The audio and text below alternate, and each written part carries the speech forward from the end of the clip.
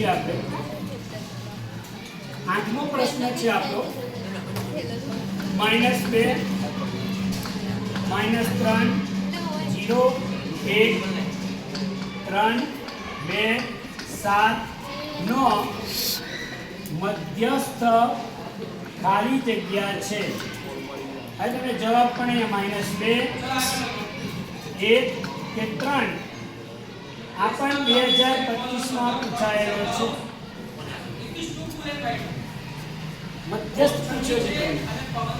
મધ્યસ્થ શોધતી વખતે મેં તમને સમજણ આપી હતી કે મધ્યસ્થ બે પ્રકારની માહિતીનો હોય. વર્ગીકૃત માહિતીનો પણ હોય અને અવર્ગીકૃત માહિતીનો. હવે આ માહિતી વર્ગીકૃત કે અવર્ગીકૃત છે કોણ કહેશે? વર્ગીકૃત કોને કહેવાય અને અવર્ગીકૃત કોને કહેવાય? વર્ગીકૃત એટલે વર્ગમાં વહેંચાયેલી.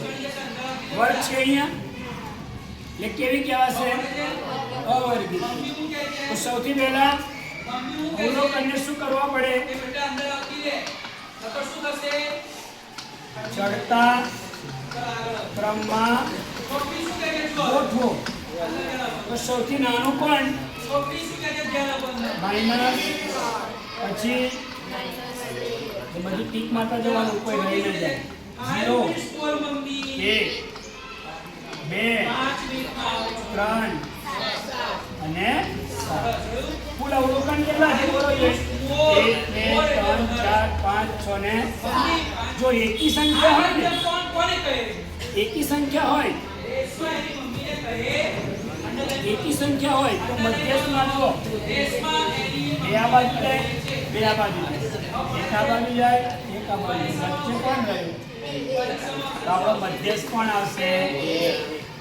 એકી સંખ્યા જ્યારે આપેલી હોય, અયુગ્મ સંખ્યા આપેલી હોય ત્યારે આ રીતે મધ્યસ્થ બરાબર વચ્ચેનું અવલોકન એ આપણો મધ્યસ્થ. સમજ પડી?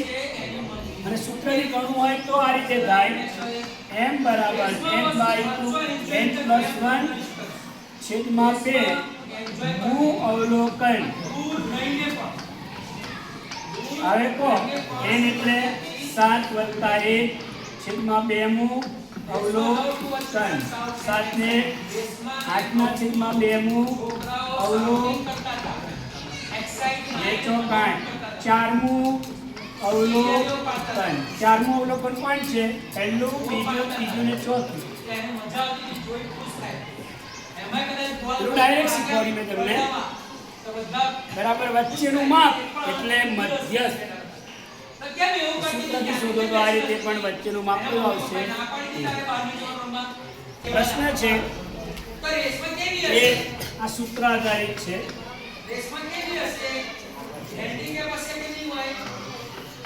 બહુલક વત્તા 2x બાર એટલે કે x બાર એટલે શું? મધ્ય બરાબર ખાલી જગ્યા ગુણ્યા મધ્યસ્થ. ચાલો જવાબ શું આવશે? 2 3 4. જૂન 2024 માં પૂછાયેલો છે. ધ્યાન રાખજો, બહુલક એટલે z. z નું સૂત્ર હતું આપણું 3m - 2x. હવે જો z ના બે x બાર નો x બાર તો માઈનસ છે ને આ બાજુ લઈ આવું તો શું થાય? z એટલે કોણ? z એટલે બહુલક. ઓછા હતા એ વત્તા થઈ ગયા x બાર એટલે આવું થઈ ગયું ના થઈ ગયું? તો બરાબર કોણ બાકી રહ્યું? 3 અને m. 3 અને મધ્યસ્થ જોઈ લો. તો મધ્યસ્થની આગળ કેટલા ગુણેલા છે? તો આપણો જવાબ શું આવ્યો? 14. તમને આવું સૂત્ર આપી છે: બહુલક વત્તા 2x બાર બરાબર ખાલી જગ્યા મધ્યસ્થ. તો આપણે આ સૂત્ર ઉપર લઈએ અને આ ઉપર લઈએ તો જવાબ શું આવે?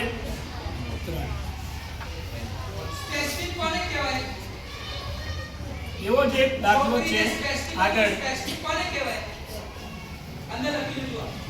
person who has no મધ્યસ્થ જન્મ થાય ત્યાંથી એના પગ 30 અને સંચાલન જો મારો હાથ ઉઠો મધ્ય 20 બેટા હાથ નીચે આવો બેટા ટાટી ઊંચું કરજે બેટા ટાટી નીચે કરજે બહુલક ખાલી જગ્યા છે એ હું શું કરું છું શું જવાબ આવશે 30 40 બાળકને 50 ટેસ્ટી વાળાને કે બેટા જુલાઈ 23 માં પૂછાયેલો છે હાથ લગાવ લે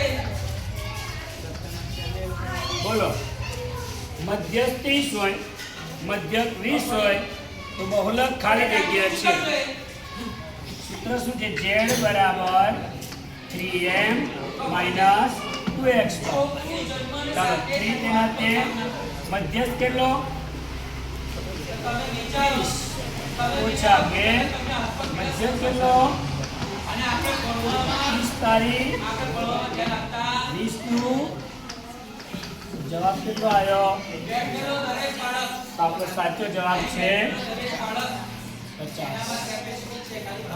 આ પ્રકરણમાંથી જે ઓબ્જેક્ટિવ પૂછાય છે એ ખાસ કાળજી રાખશો તમે તમારી રીતે નંબર આપજો જે આપતો હોય એ જો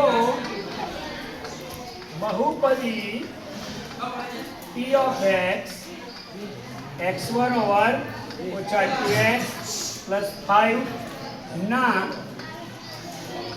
શૂન્યોનો ગુણાકાર હવે તમને અહીંયા આવું આપ્યું છે a ગુણ્યા b આપણે આલ્ફા ગુણ્યા બીટા બરાબર ખાલી જગ્યા છે તો ઓપ્શન છે 3 4 5 આ પ્રશ્ન માર્ચ 2025 માં પૂછાયેલો છે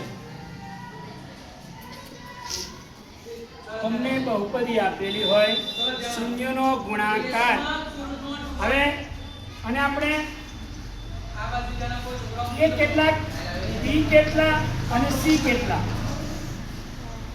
કોણ કહેશે a કેટલા b કેટલા અને c કેટલા કશું નથી એટલે b માઈનસ 2 c 5 abc લખતા આવડી ગયું હવે શૂન્યનો ગુણાકારનું સૂત્રને સમજાયું શૂન્યનો ગુણાકાર સૂત્ર શું લખાય છે c ના છેદમાં a c કેટલા a કેટલા એક લખીએ કે ના લખીએ કેટલો જવાબ આવ્યો તો શૂન્યનો ગુણાકાર જવાબ આવશે 5 જોઈએ આપણે x નો વર્ગ ઓછા 6x વત્તા 1 ના શૂન્યનો સરવાળો બરાબર ખાલી જગ્યા છે -6 1 6 માર્ચ 2024 માં પૂછાયેલો છે સોરી જૂન 2024 પેલામાં ગુણાકાર પૂછાયો જો 24 માં અને 25 માં ગુણાકાર પૂછાયો 24 માં સરવાળો પૂછાયો શૂન્યનો સરવાળો સૂત્ર શું માઈનસ b છેદમાં સરખાવો છે અહીંયા a કેટલા b કેટલા માઈનસ c કેટલા a તો જો કિંમત મૂકો છો માઈનસ એવા લેવા b ની જગ્યાએ -6 અને 1 ઓછા ઓછા જવાબ આવશે 6 તો બંને પ્રશ્નો 24 અને 25 માં પૂછાયેલા છે 24 માં સરવાળો પૂછાયો 25 માં ગુણાકાર તો 26 માં શું પૂછાશે હવે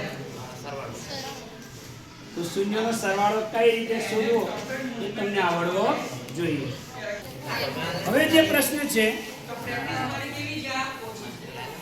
બહુપદી બહુપદી p of x બરાબર x વર્ગ ઓછા 3x વત્તા 2 નો આલેખ બહુ ઇમ્પોર્ટન્ટ છે, ખાલી જગ્યા છે. સ્પેસિફિક બાળક કેવું છે? સ્પેસિફિક બાળક કિરણ અને ફોર્મ જે છે એ રેખા કે પરવલય કેવી રીતે એને જુલાઈ 2022 માં પૂછાયેલો છે. બહુપદી p of x બરાબર x નો વર્ગ ઓછા 3x વત્તા 2 નો આલેખ ખાલી જગ્યા છે. અહીં ઘાત ઉપરથી ખબર પડી જાય કેટલી ઘાત છે અહીંયા. ખબર પડી ગઈ? એટલે આને કયા બહુપદી કહેવામાં આવે છે? દેશમાં દ્વિઘાત બહુપદી હોય એટલે સીધી રેખા તો મળવાની નથી. આ ના હોય, બે ઘાત ના હોય, એક ઘાત હોય તો રેખા મળતી. એ રેખા તો આવે જ નહીં. તો રહ્યા કિરણ અને પરવલય. તો કિરણ અને પરવલયમાંથી 50-50. હવે વિચાર કરો કે કિરણ જવાબ આવશે કે પરવલય. તો આપણે બધા આલેખો દોયા હતા.